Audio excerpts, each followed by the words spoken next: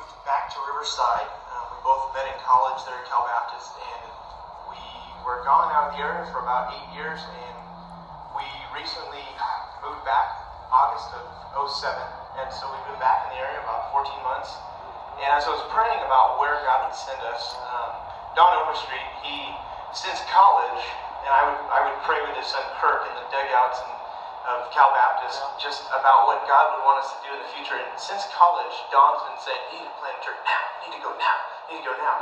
And I just always remember Don doing that. So at one point I called Don and said, "Okay, I think it's about time to do this and to go." And so God called us back to Riverside. He confirmed it through some verses. As I was just dealing with moving back to the heat of the Inland Empire, having grown up at the beach, was a little tough. But God reminded me in Psalm 121, as I was sitting up in the hot, 105-degree weather at a park one day praying in Riverside, "Is this where you want me to come, God?" He said, "I lift up my eyes to the hills, from where does my help come from?" He speaks about how God brings us refreshment and protection. And some of the things that I was really struggling with about planting a church, God really answered those things, and He brought me back here to Riverside. We've just been amazed. Our church has sent us with 7 adults and they're all of our kids, and we moved out back to this area. It was amazing to just watch, to see how God provided. We began it in our home, and right off the bat we had some families coming to help us. A lady came to Christ the very first Sunday, and Daryl Lackey provided chairs as we were beginning to meet at a middle school. He provided 100 chairs, and so we were able to use chairs, and someone provided a PA system who didn't even know the Lord. This guy had a PA system that was worth about $4,000, and he just said, "If you're going to go and do this thing that seems like it's going to be good for the community, then we'll give you this sound equipment." And what has been interesting is seeing how God has provided, and then now allowed us to get. It was great. I called Daryl not too long ago and said, "You know what? We need more chairs, so I'm going to give these back to you when we were moving to a new location." And so the guy who donated our sound, been praying for him for 4 years, and he's been coming and helping us run our sound for like 8 months at our church.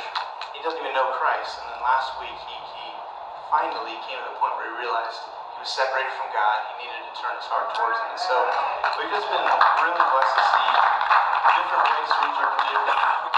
One verse in 1 Thessalonians 2:8 really sums up our approach to ministry. It says, Paul said, "We love you so much." He was talking to the church, and he was just talking about his experience with them. And he said, "We love you so much that we were delighted to share with you not only the gospel of God, but our lives as well, because you had become so dear to us."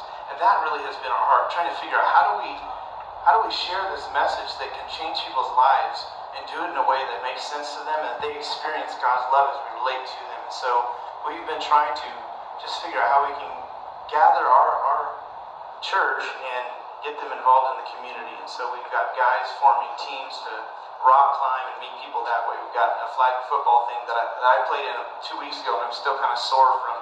But it's things like that we're doing, trying to meet and just reach people in our community. And it's been really an amazing thing. This summer we did a sports camp, and we had planned for 50 kids. We were like, it'd be great. We have about 25 kids in our community, and we thought if we had another 25 kids in our church at that time, and we thought if we had another 25 show up for our sports camp, then that would be a great turnout.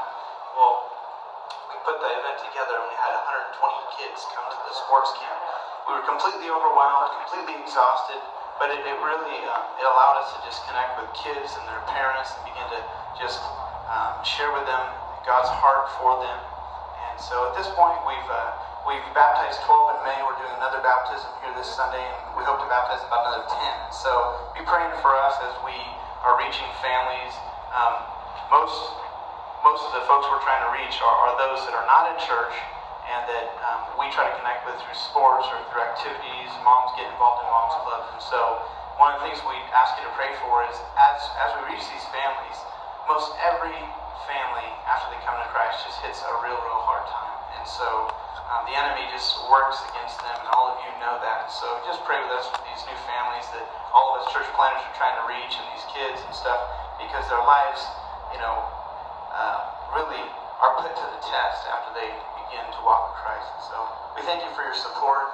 Really, It's been amazing just being so close to, living in Riverside and having the association office there for the support. It's been a tremendous thing. So we're really grateful for all your prayers and support. Thanks.